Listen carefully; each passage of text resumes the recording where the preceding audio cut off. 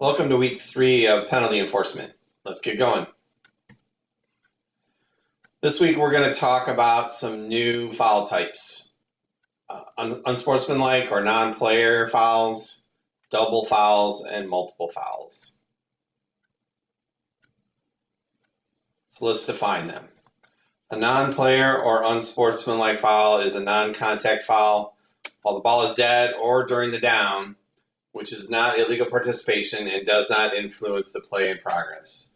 We talked about these in the class, but unsportsmanlike are typically non-contact fouls, taunting, things like that. And we treat them as dead ball fouls even if they occur during a live ball. A double foul is one or more live ball fouls, other than a non-player or unsportsmanlike, that are committed by each team, and the result is the penalty's offset. And a multiple foul is two or more live ball fouls, other than non-player or unsportsmanlike, that are committed during the same down by the same team, and the offended team is permitted a choice of which one they will accept. So let's review our basic spots and add our new situations to them.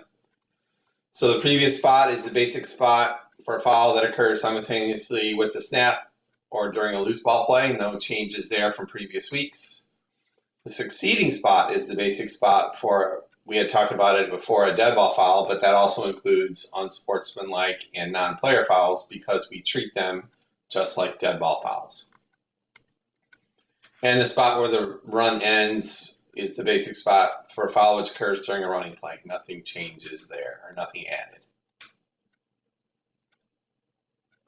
So let's go into a little bit more detail. Like we said before, multiple fouls is when the same team commits more than one live ball foul during the same down. Only one gets enforced. The captain gets to choose which one they want, and we as officials should help them pick the right one if it's obvious that one of them should be preferred over the other. Double fouls are when both teams commit a live ball foul and there's no change of possession, or both fouls occur before that change of possession. In this case, the fouls will offset and we replay the down. And there's a special case we'll talk about when one of the fouls does happen after change of possession. And an important thing to remember, dead ball fouls are never paired with live ball fouls to make a multiple or double foul. We do not combine, let's say, an unsportsmanlike with a holding to make a double or multiple foul. We treat the dead ball fouls independently of the live ball fouls. More detail on dead ball fouls. They're never paired with live ball fouls to make multiple or double, just like I said. Penalties for dead ball fouls are administered separately and in their order of occurrence. So we need to keep track of dead ball fouls and what order they happened. However, if both teams commit unsportsmanlike, non-player, or dead ball personal fouls prior to the completion of that penalty administration for those fouls, the distance penalty for an equal number of 15-yard fouls offset. Any remaining penalties are then enforced separately and in the order of occurrence. So if I have a fight where I have multiple personal fouls on both teams, instead of enforcing every single one of them, I'm going to offset any dead ball 15-yarders. So if there's one on team A and one on team B, they will offset, regardless of when they occurred, as long as they were before we administered all the penalties. So, like I said, if I have multiple on one team, multiple on the other, if I have 3 on team A and 2 on team B, 2 of the pairs would offset, and then I would still enforce that third foul on team A. And finally, as far as setting the sticks are concerned, basically we finish all the administration of those penalties and then set the line to gain. So if I had a first down and I had a bunch of dead ball fouls to administer, I would take care of all that administration activity, then set the stakes, and it'll be 1st and 10.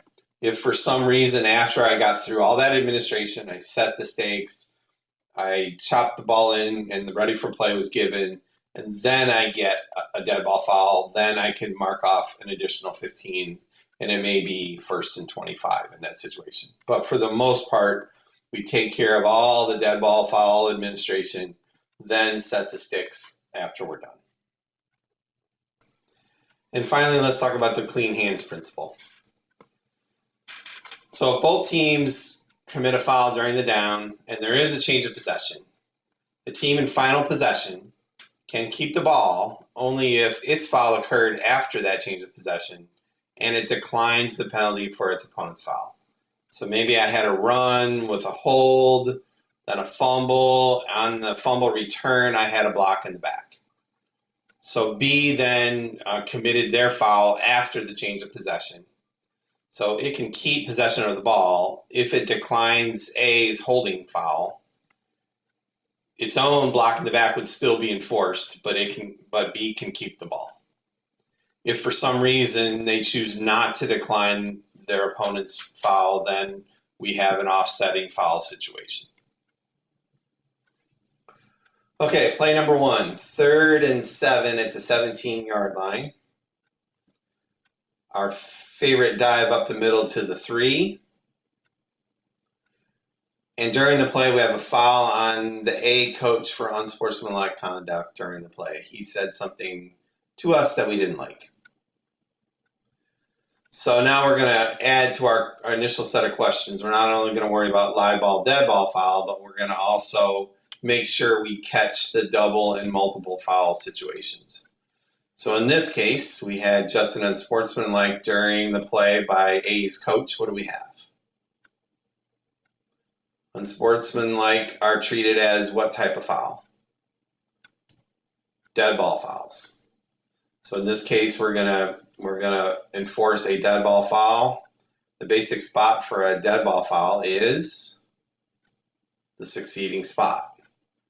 When are we gonna start the clock after we administer this? Ready for play, right? No major clock stopper. So in this case, the down counted, right? Because it was a dead ball foul. So we had the first down marker was made. So we are going to go 15 yards back from the 3-yard line, succeeding spot. And then we're going to set the stakes, right? So we administer that dead ball foul. We set the stakes. So it'll be 1st and 10 for A from the 18. And then when could you have a 1st and 25? Like I said, if you got done administering this whole thing, you set the stakes, you chopped it in, and then Coach A decides to continue with what he said to you, and you have another unsportsmanlike. Not only are you going to eject him, but we're going to back up another 15 yards. So that's, in that case, it would be 1st and 25. Play number 2, 3rd and 7 from the 17 again. Again, we got to dive up to the middle to the 3. We got a holding foul by A at the 10-yard line during the run. And we have an unsportsmanlike foul on A's coach during the play. So again, let's ask ourselves these questions: live, dead, double, multiple. So we have a live ball foul and a dead ball foul, right? We have a live ball holding on A. We have an unsportsmanlike on A's coach, which we treat as a dead ball foul. So we do not combine those to make a multiple foul. So we're going to administer the live and the dead ball foul. So the live ball foul, when did that live ball foul occur? It was a running play, right? You had just a run up the middle. The basic spot on a running play is the end of the run. Does all but one apply here? Yes, it does. We had a foul behind the basic spot. So we're going to enforce this foul from the 10. So both fouls are on A. One was live, one was dead. We're going to enforce them both. First, enforce that live ball foul. So we're going to go back. Let's see, it was a holding. So we're going to go back 10 from the 10 to the 20. And then we're going to go back another 15 on the unsportsmanlike dead ball foul. So 10 yards from the 10, and then an additional 15 yards to the 20, from the 20, sorry. So that'll make it 3rd and 25 from the 35. That first live ball foul occurred. We administered that first. So that made it a repeat 3rd down situation. And then we tack on another 15 because of the dead ball foul. And we start the clock on the ready. No major clock stoppers. If for some reason after all those enforcements, maybe we had a B dead ball foul, we were past the line to gain, it would be 1st and 10, right? And that in the situation of, if it was on the B coach here, we'd go half the distance. Yeah, it would be a 1st and 10. Play number 3. We've got a line of scrimmage at the 17, 3rd and 7 at the 17. Dive up the middle to the 3. We got a foul by the offense at the 10-yard line during the run. And the defense grabs the face mask during the tackle. So live ball, dead ball, double or multiple. So we have a double foul by the offense and the defense. Fouls will offset and we'll replay the down. Start the clock on the ready. No major clock stoppers. And in this case, you'll notice that the foul on each side, one was a 10-yarder, one was a 15-yarder. The distances do not need to equate for it to be a offsetting foul, right? We have a 10 and a 15. In this case, it was still one on each team, a double foul. We're going to replay the down. Play number 4. 1st and 10 at the 17. No, I'm sorry. 3rd and 7 from the 17. Again, dive up the middle to the 3. Offense holds at the line of scrimmage during the run. Offense clips at the 10-yard line during the run. So live, dead, double, or multiple. I think it's fair to say they were both live ball fouls, but we have 2 fouls on the offense, which makes this a multiple foul, right? So we're going to help the defense pick the right one. So the defense can choose which one they want to enforce.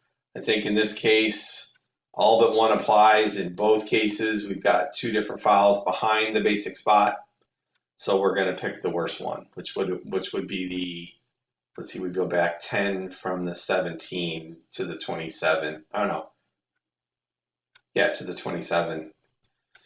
So we would start the clock in this situation on the ready. No major clock stoppers. Like I said before, we're going to help the team out, help them pick the worst foul for them. For the most part, it's obvious, but in those situations where it's not obvious, you're probably just going to let them pick. But if it is obvious, help them out.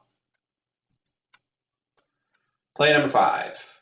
Line of scrimmage is at the 17, 3rd and 7. Team A throws a pass that is intercepted at the 3-yard line and returned to the 8-yard line. During the pass, Team A holds at the 20-yard line, or before the pass is thrown. Team B blocks in the back on the return of that interception. So again, live, dead, double, or multiple. We have both fouls were live ball fouls, right? But we've got one on Team A, one on Team B. So that by definition is a double foul. However, we had a change of possession here, right? Team B acquired the ball with clean hands because they made the interception first, then they fouled afterwards. So they did not foul prior to the change of possession. So they can enforce the clean hands principle here. They can decline their opponent's foul. Their foul will still be administered, and they can keep possession of the ball. When did the foul occur? What kind of play? So if we got just B's foul, what kind of play did we have here? It was the interception and return. Well, A's foul was during a loose ball play, which was our previous spot foul, but we are going to decline that one. B is during a running play, right? It was the end of the run. In this case, all but one applies because the block in the back was at the 5, the end of the run was at the 8. And in this case, after we administer all this stuff, when are we going to start the clock? On the snap, we had a change of possession. So we're going to go back half the distance from the 5 to the 2.5, and it'll be 1st and 10 for B. So remember our clean hands principle. If the team in final possession fouled after the change of possession, they can decline their opponent's penalty. We will still administer their penalty, and they can keep the ball. And play number 6. Again, now we have 4th and goal at the 17-yard line. We have a dive up the middle to the 3. After the down is over, I've got a B24 piles on, and B65 and A74 get into a fight. So we've got a dead ball personal foul on the pylon, and then we got 2 dead ball personal fouls, one on B, one on A for the fighting. They're both going to get ejected, obviously. But these are all dead ball fouls, correct? The basic spot for dead ball foul is succeeding spot. But in this case, we've got, all the dead ball fouls are 15-yarders, 2 by B and 1 by A. So we're going to offset a pair of them. So one of the pairs is going to get offset. So that leaves us with 1 foul on B. So we'll go half the distance from the 3, which was the end of the run. And the ball turns over on downs because B is going to keep the ball. So it'll be 1st and 10 for B from the 1.5. And we're going to start the clock on the snap because we have a change of possession.